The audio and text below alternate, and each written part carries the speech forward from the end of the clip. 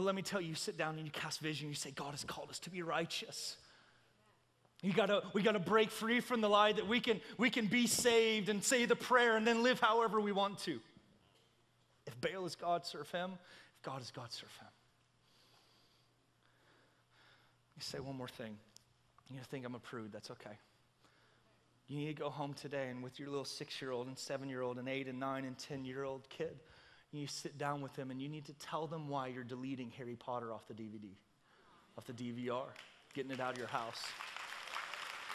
Oh, come on, it's just a movie, it's just fantasy. You sit down with them and tell them, oh, hey, here's why we're not going to watch vampire movies together.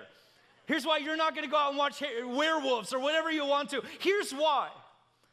And I know you say, oh, come on. It's fantasy. It's a kid's movie. It's good. They're not doing any bad magic type of stuff. You tell that to the statistic that says that the fastest growing religion among teenagers is Wicca.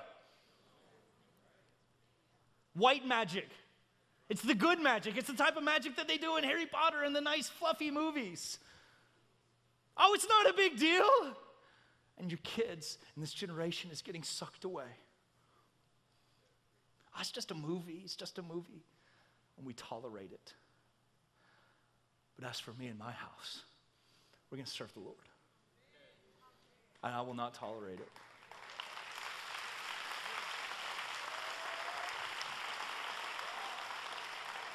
Guys, there's a war going on.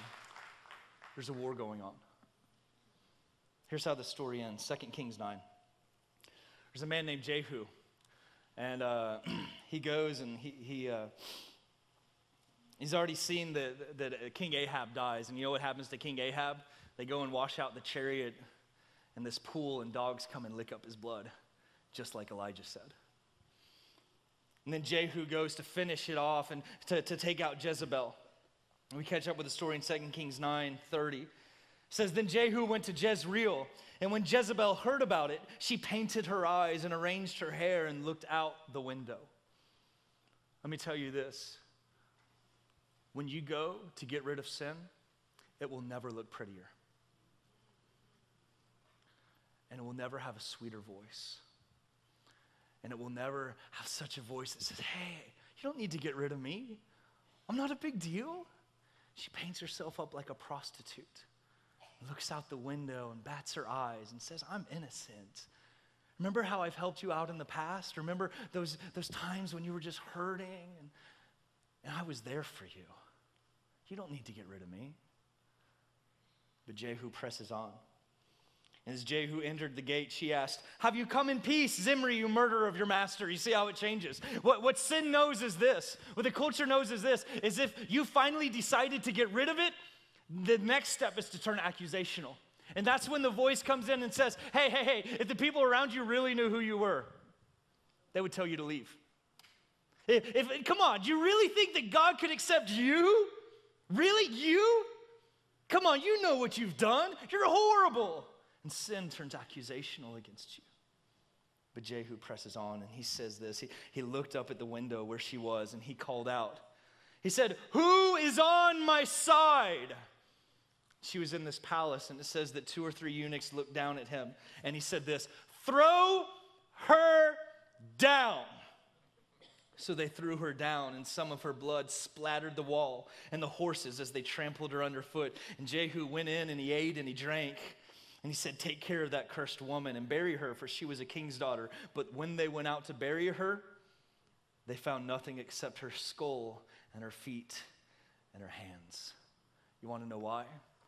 Because dogs ate her, just like Elijah had prophesied. Let me tell you something. God don't play.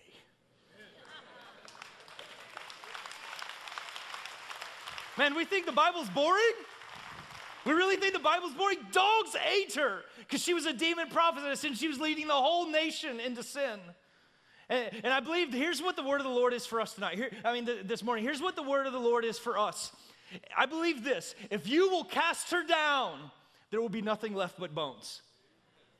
If you will take her and you will cast her out of your life, if you will take the culture, if you will behave like Josiah did and went and cleared all the idols out, there will be nothing left but bones.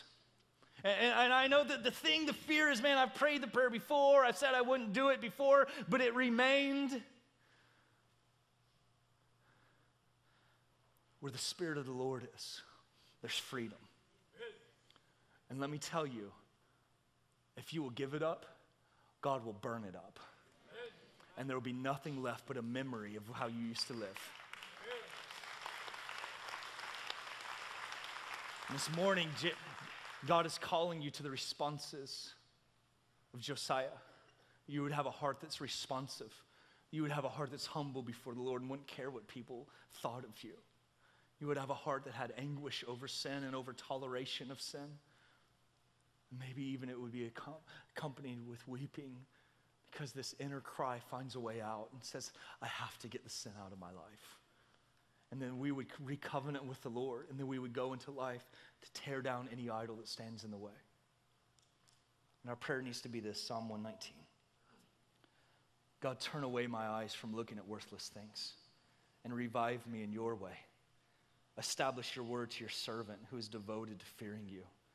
Turn away my reproach, which I dread, for your judgments are good. Behold, I long for your precepts, your law. He's saying, I long to obey you. Revive me in your righteousness. Let's pray.